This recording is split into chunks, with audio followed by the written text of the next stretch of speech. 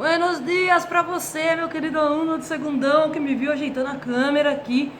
Eu tô quase derretendo com esse calor que tá hoje, tá? Espero que vocês não tenham derretido e consigam assistir a minha aula muito bem. Hoje a gente vai ter a aula 31, página 325. Lembrando que é a aula do Bienal 6, tá?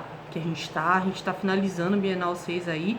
E basicamente por conta da quantidade de aulas que deu uma diminuída, né? A gente deu uma atrasadinha no conteúdo, então natural que isso aconteça. Como eu disse, vai ter aulas que vai dar pra juntar uma com a outra e vai ficar tudo bem, tá? Bom, vamos lá. A gente vai ter a formação da República, modernização incompleta e movimentos sociais em 1889 a 1914, não por um acaso quando chega a Primeira Guerra Mundial, né?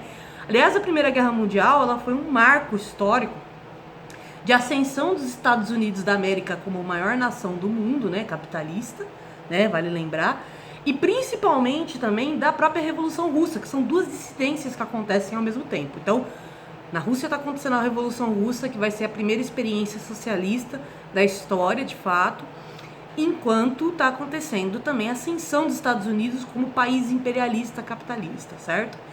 Nessas dissidências que estão acontecendo, né, isso envolveu várias situações que a gente vai estudar a partir de agora, inclusive a crise de 1929, que é uma aula que eu estou reservando para vocês, pois é uma aula muito importante e que mostra também o quanto esse sistema de viver de exportação, né, é muito complicado para a gente que é brasileiro.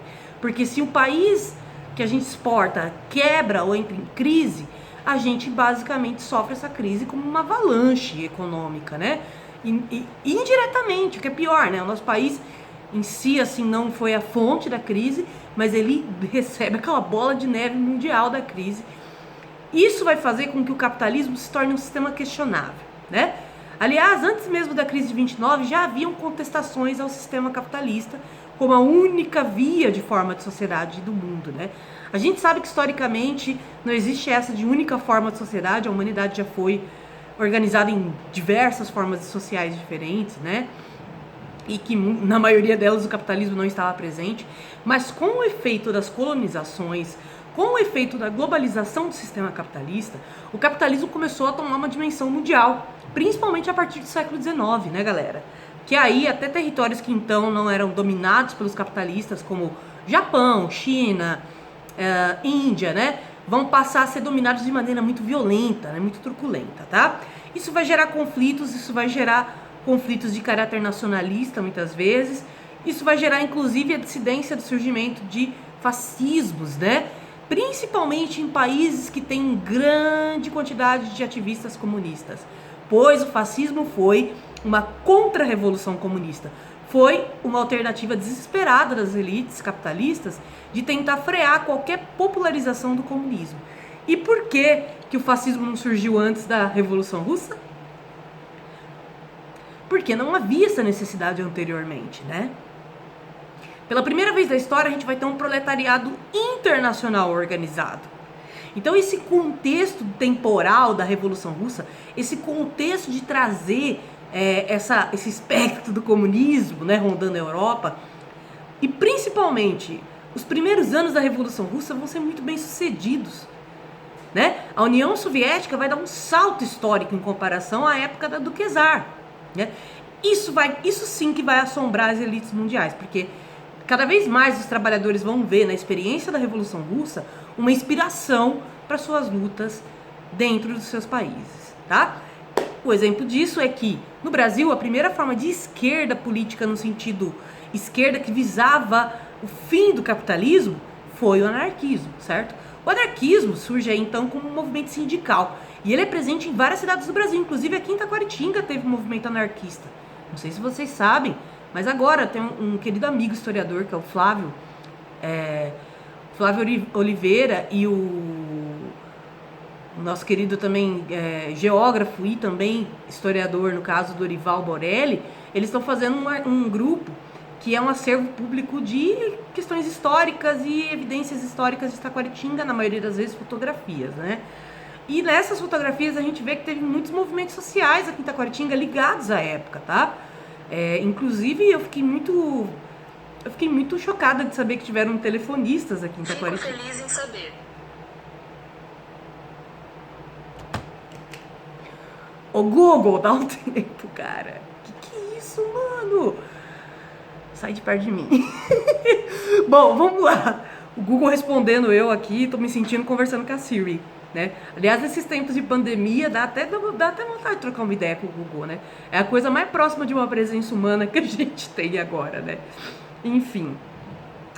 Continuando, Taquaritinga teve presença de telefonistas, cara. Isso eu achei incrível, porque as telefonistas, na época que ainda os telefones não eram tão desenvolvidos a ponto de você ligar diretamente, né, para alguém, elas que direcionavam manualmente cada ramal. Então, quando você ia ligar para alguém, você ligava para a telefonista, ela pegava, direcionava o seu ramal para aquela pessoa que você queria conversar. Isso era um conhecimento de computação, cara. Essas mulheres, inclusive, foram as cobaias para os primeiros experimentos de computação da história.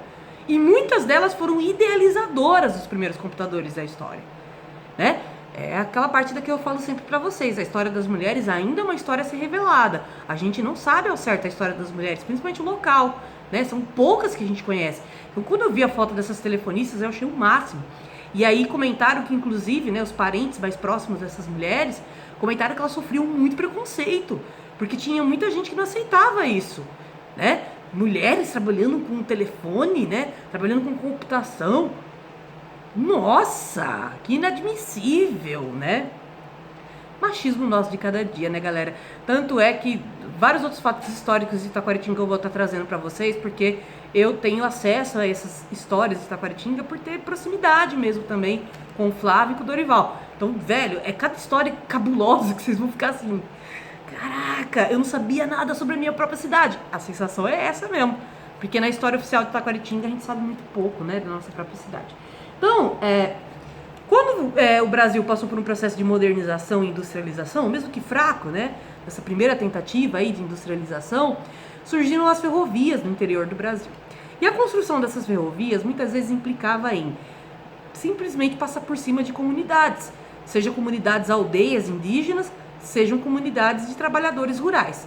Então, o governo brasileiro, ele tratava essa população que é trabalhador, porque eu já falei da questão étnico-racial para vocês, né? Já dei essa aula para vocês. Então, agora falando da questão do trabalhador, do interior, principalmente, cara, eles tratavam esses trabalhadores como se eles não fossem nada. Tipo, dane-se que essa propriedade é sua, vou passar uma ferrovia aqui em cima. E aí o governo, para parecer bom, na cidade de Contestado, que era uma cidadezinha que ficava entre Santa Catarina e Paraná, por isso que a gente não sabe ao certo e chama-se Contestado por conta disso, mais de 10 mil trabalhadores tiveram suas terras simplesmente surrupiadas por uma ferrovia americana, né, de uma empresa americana que veio para o Brasil. E como se não bastasse isso, eles trabalham para essa ferrovia, né? E aí, de certa maneira, eles esperavam receber uma compensação por terem perdido suas terras, né?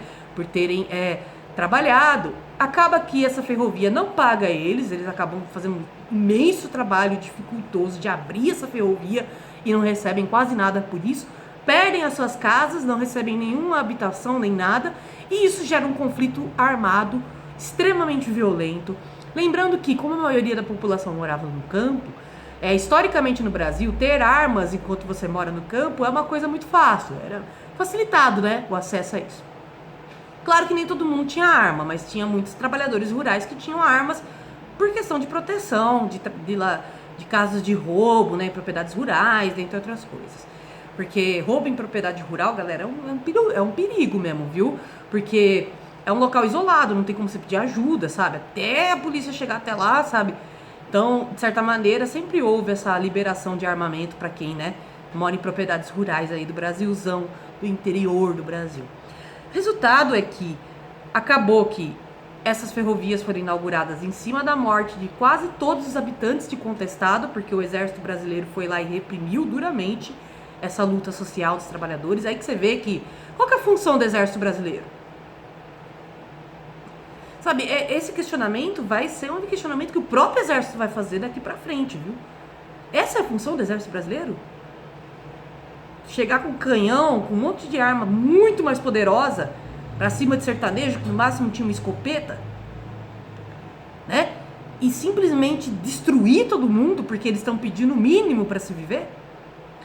O mesmo aconteceu também na revolta da Chibata, pois na Marinha brasileira havia muito racismo, marcado pelo fim da escravidão e a permanência, né, do pensamento racista. Portanto, o marinheiro negro, né? O almirante negro, pode pesquisar sobre ele, que eu acho que vocês vão curtir a história dele. Antônio Cândido. Ele vai se voltar contra a Marinha Brasileira por conta de perceber que os castigos físicos dos marinheiros negros eram análogos à escravidão. Então, quando o marinheiro branco cometia alguma infração, ele era castigado a ficar cortando batata, ficar cortando cebola, até a mão dele praticamente descascar junto, porque era nesse nível, tá? Agora os almirantes negros, imagina, né? Agora os marinheiros negros, eu falo almirante porque ele só se tornou almirante depois que aconteceu a revolta da Chibata, tá, galera? Antes ele era visto como um simples marinheiro, o Antônio Cândido. Ele vai perceber que esse trabalho de punição pros brancos era o trabalho normal dos negros. Tipo, o que era punição pro branco era o que o marinheiro preto fazia diariamente. E ainda quando esse marinheiro era punido, ele recebia chibatada. Olha que é uma coisa mais análoga que a escravidão do que chicotada. Impossível, né, galera? Acaba que ele vai liderar uma grande revolta. Essa revolta vai ser muito violenta, tanto que ele vai ser preso durante essa revolta. Depois de muito tempo, ele vai ser só patenteado como almirante e anistiado, ou seja, por mais que na época ele foi encarado como criminoso, ele foi anistiado, ou seja, seus crimes foram perdoados. Afinal, não são crimes se revoltar pelo justo, né? E de certa maneira isso marcou uma revolta dentro do setor militar mais conservador, que é a Marinha. Pois é, meus queridos, para vocês que acham que o exército é o mais conservador, a Marinha é muito mais, né? Tanto que o setor militar considerado mais progressista é a aeronáutica. Tanto que a aeronáutica brasileira foi a primeira a admitir mulheres. Eu vi isso com os meus próprios olhos no Museu da Aeronáutica Brasileira, lá em Santos Dumont. Ah, é muito da hora, cara. Inclusive, eles preservaram o escritório de uma das almirantes aí da... Almirante não, né? Tô falando, misturando os termos. Com uma das líderes aí da aeronáutica brasileira, que era mulher e que foi líder aí por volta dos anos de 1920 a 1930, né? E eles preservaram o escritório dela do jeito que era. É uma viagem no tempo entrar ali, cara. É tipo um quiosque, só que um escritório. E esse museu tá presente em Santos Dumont porque é a cidade onde nasceu Santos Dumont, né? Então muita coisa associada à aviação brasileira tá lá.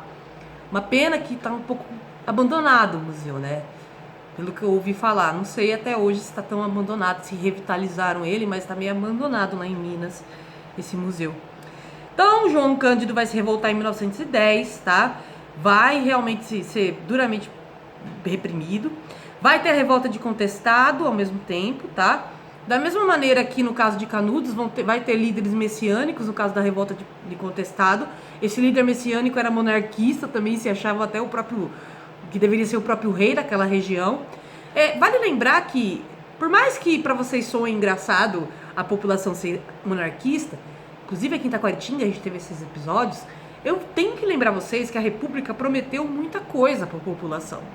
A República prometeu o fim do racismo, a República prometeu o fim dos problemas do Império, aquela desigualdade horrorosa gerada pela escravidão. Só que a República não foi capaz de cumprir com a sua palavra. E em algumas regiões a situação piorou, como no caso do Nordeste brasileiro, como no caso do Sul, né? Por isso que surgiram tantos monarquistas nessa época, porque eles acreditavam que na época do Império era menos pior, né, do que na época da República. Então é isso, meus queridos. Depois a gente vai continuar essa história e vou falar que nem todo mundo era monarquista. Haviam pessoas com consciência de classe, como os anarquistas, que é tema da nossa próxima aula, beleza? Um beijo pra vocês e até a próxima.